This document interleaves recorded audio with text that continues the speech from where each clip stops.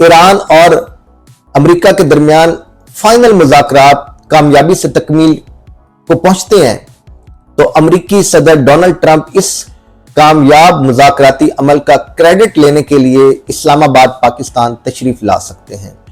दोस्तों, आप जानते हैं ये कैसे हो सकता है कि इतनी बड़ी डील फाइनल हो जिसमें डोनाल्ड ट्रंप की रजामंदी शामिल हो और वो उसका क्रेडिट लेने के लिए इस भरी महफिल में खुद को एक लीडर के तौर पे साबित ना करें कि ये देखो अमेरिकी अवाम, मैं आपके लिए एक ऐसी डील लाया हूं जो आज से अमेरिका के 47 साल में कोई एक सदर भी ईरान से नहीं ले सका। और अगले दिनों तो उनका एक बयान भी था कि अगर ईरान फाइनल डील पर नहीं आता बुध या जुमेरात तक, तो मैं कुछ ऐसा बड़ा करने वाला हूं कि आज तक 47 साल तारीख में अमेरिकी सदर ने ईरान के खिलाफ नहीं किया होगा। एक तरफ वो धमका रहे हैं, दूसरी तरफ वो डोनाल्ड ट्रंप चाह रहे हैं कि डील हो जाए। दोस्तों, इस तरह कंट्राडिक्शन तो नहीं चलने चाहिए।